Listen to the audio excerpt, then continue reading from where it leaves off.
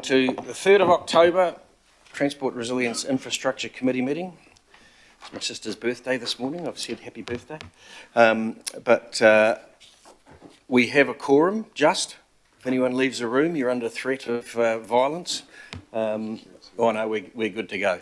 Welcome everybody, and just a reminder that this has been live webcast. First item is the apologies. We have apologies from Councillor Stewart for absence. Any other apologies?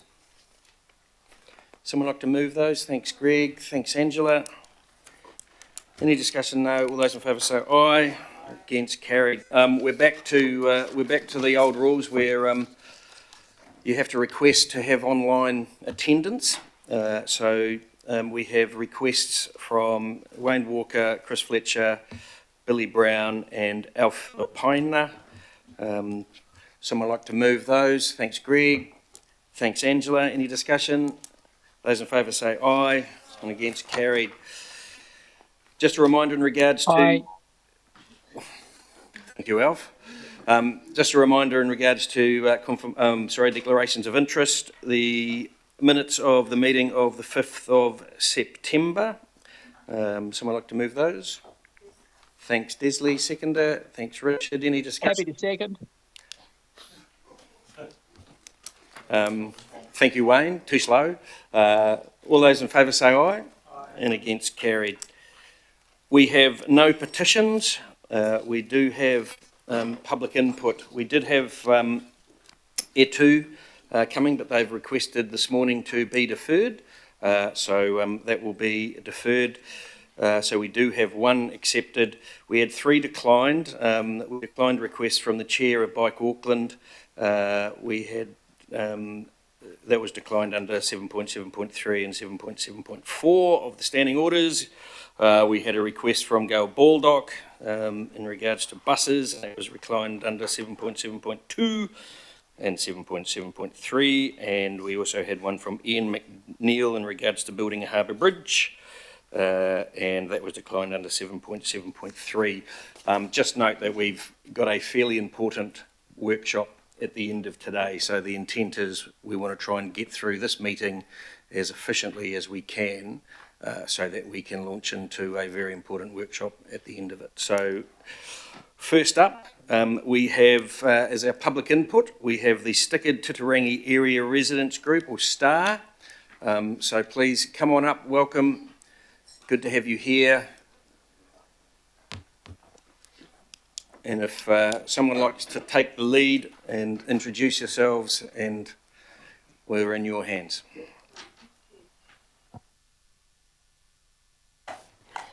Good morning, everyone, and thank you for allowing us to speak today.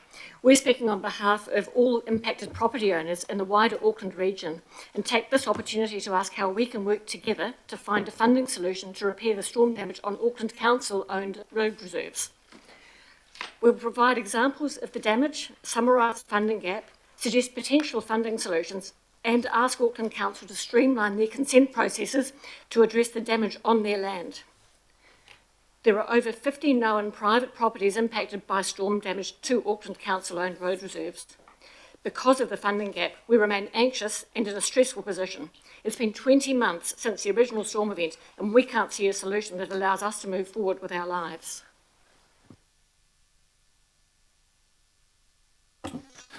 So what is the problem? The problem is at the moment there is no funding support from insurance companies nor EQC, as they do not cover repair to public land. Nor can categorization process help, as the road reserves are not private property. And Auckland Transport do not currently fund the repairs of road corridors. For current and future reference, it is important that the damage is presented correctly. The damage is to public land or damage caused to private property by the failure of public land. The funding requirement is to address the damage on Auckland Council-owned land and not for private property. The examples provided clearly illustrate the works required to address the damage is on council land and not within the property private property boundary lines. The council representatives that have taken the time to visit the sites all agree the issue is with the repair of public land. We believe it's untenable to leave the slips unfixed simply because the road reserve issue was not included in the original funding criteria. It's unfair to expect property owners to navigate complex consenting process and bear the cost of the repair to council-owned land, and there is current and future risk to the road network, to life, and to private property.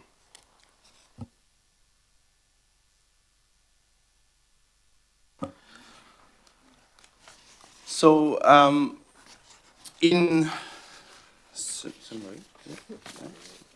sorry. So in terms of looking at the potential solution for remediation, here we are. We propose that you look at the following as potential funding solution: to amend the storm recovery funding criteria to include road reserve land, and or to allocate unused council and council agencies funds such as AT or government funds, and or to find another source of funding to create a funding boost as created to clear Auckland waterways earlier this year. We understand Auckland Transport have now fixed 95% of the slip impacting their network, and they have only spent 58% of the allocated funds, leaving funds currently unallocated. It could possibly provide a solution that we ask AT to explore on our behalf. For the few property owners who have had to start applying for the consent, they're finding the council process to be overwhelming and expensive. Multiple consents are required, creating significant delays and additional financial burden. We ask the council to prioritise streamlining the consent process and ask them to provide each impacted property owner with a case manager to assist in navigating the regulatory landscape. We ask the council to reconsider waiving consenting fees, to share or take on long-term maintenance responsibilities. Some residents have had no choice but to urgently start the process themselves, and it's essential that these residents are included in future funding allocations. In summary to our presentation, we ask that the funding agreement is reached in a timely manner, allowing impacted property owners to move forward with their lives. It is important to recognize the property owners are not at fault, and to recognize that the damage is to council-owned land and not private property. We argue the council has a moral obligation and the discretionary powers to find a funding solution to address the damage. We take this opportunity to thank everyone who's offered their support and have advocated on our behalf. This has been greatly appreciated by all the impacted property owners. And we ask you all to support the notion of motion regarding storm damage to council-owned road reserves and any future efforts to find a funding solution. And we encourage any future opportunity to continue the dialogue in person with Auckland Council, Auckland Transport and the Recovery Office to better understand the different points of view and to continue to work together to find a resolution. Thank you. No, thank you. So, any questions for this group? Daniel? Good morning and thank you for your presentation. My colleague to my right has been talking about these matters for some time and I greatly appreciate his advocacy. But with respect to the road corridor adjacent to your properties, have you had any insight from Auckland Transport as to whether they believe that they can, within their existing renewals budget, look to try and do reinstatements or betterment back to within this particular road corridor as part of that budget, or have they has there just not been that conversation to date? We've had people within the council trying their best to find funding avenues, and we appreciate that, but it keeps coming back to the original criteria and how it was negotiated within the storm funding in that criteria.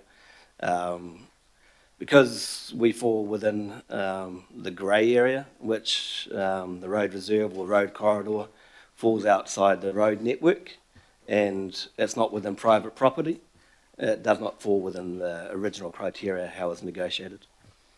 Okay, but just to follow, there has been no clarification from the road controlling authority, their interpretation of the road corridor is one thing, but in terms of the renewals budget for the road resurfacing in that network, they provided no insight as to whether the definition of that could be stretched to try and ensure that there could be at least some remedial works taking place at these most severely affected locations.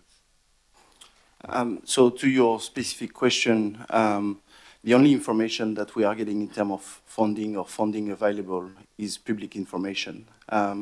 So the numbers that I provided earlier are actually coming from the report that Auckland Transport will present to you a bit later today. So, we are doing everything to help find avenues for funding, but from a technicality point of view, we don't think it's our responsibility to find that funding, if that makes sense, and we don't have all the answers. That's probably a question for Auckland Transport. Yeah, I think it's also important to add that, we have been working with the Crown on this as well, and they've clearly communicated that funds are available, and this is a local issue. Thanks, Daniel. Richard? Thank you, Chair, and thank you for presenting to us. And I know that this has been a long road for you all. The questions I have, first one, is this, are the properties you're talking about have access issues? Is it just ones you're speaking about that have access into the property or into the home as an issue, or is it broader than that?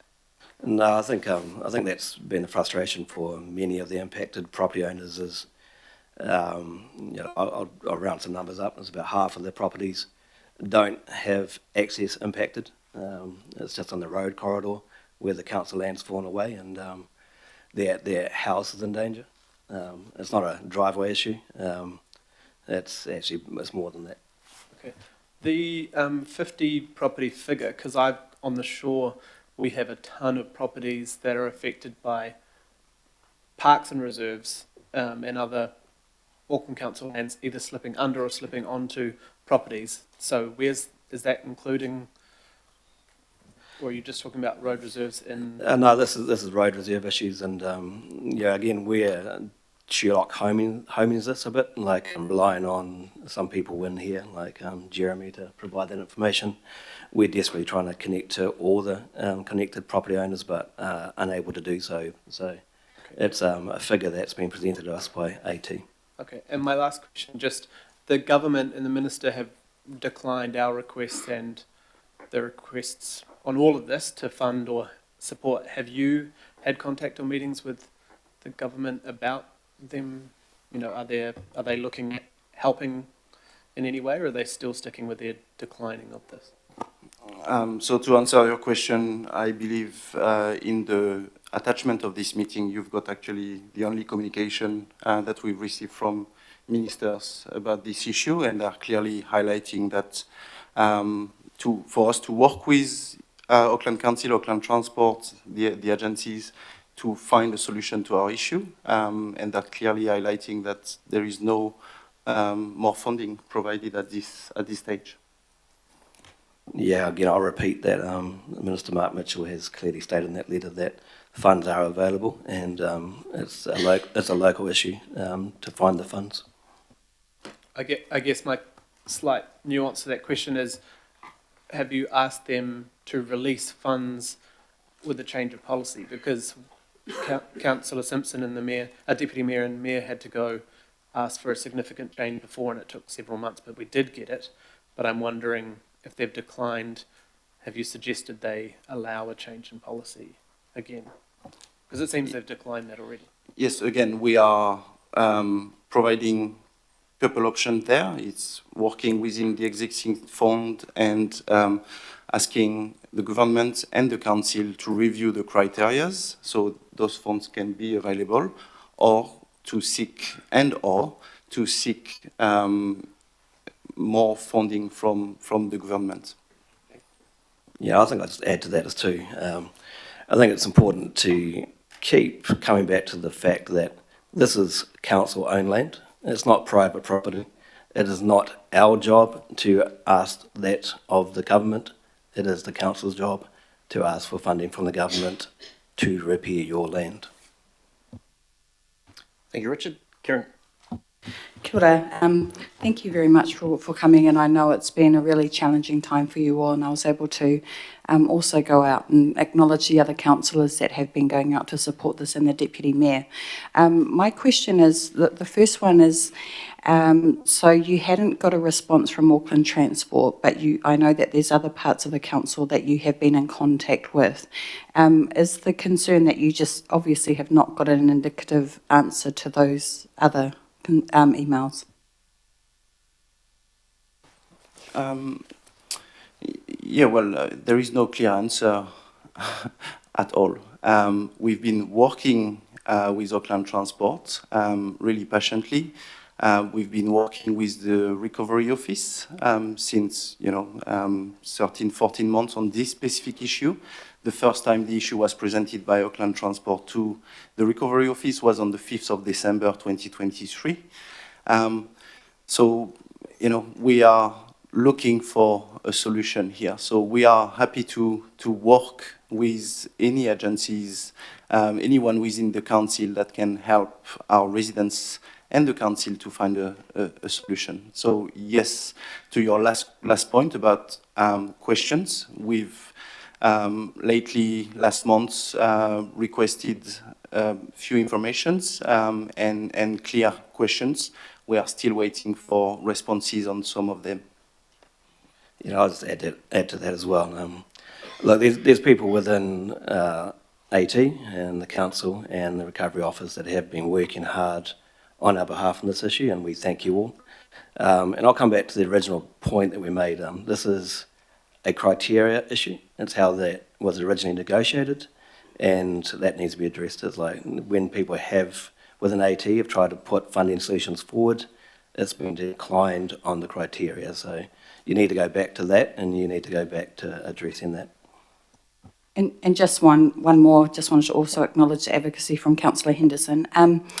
The second question was around planning, and because I know when I've come out and looked at one of the properties, I think at the time when the house would have been built, the car park is council land, but in terms of the updating on how planning needs to be and boundaries and so on, is there also an urgency to review that? I'm not sure it's our responsibility to answer to that.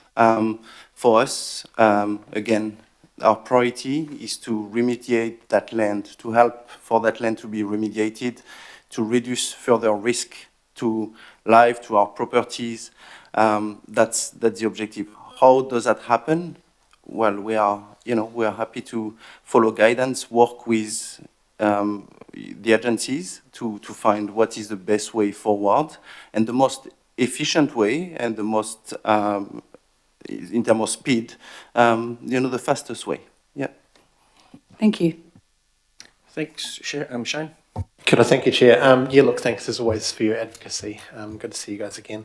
I just have a quick question. So, being clear that this is a T-owned road reserve, have they been maintaining some of these bits of land over time? I think the legislation says the property owners are responsible for the maintenance. But maintenance is one thing. Storm damage is quite a separate issue. Yeah. Again, I'll come back to a point made. The damage is through no fault of the property owners. This is not our land again. And it's quite a different issue. It's a severe weather event that the region hasn't seen before. And the damage has been caused by that. Thanks, appreciate that. Thanks, Chair. Okay, no further questions. Someone would like to move that we receive this and thank Shane, second to Ken, to thank and all those in favour? Aye. And against? Carried. Thanks, team. Look, recognise the anxiety and I just want to thank you for firstly taking the time, but also the way in which you've, presented to us. It's been really clear and I thank you for that. So you're obviously aware that we have an item very shortly that is related to this. So thank you very much.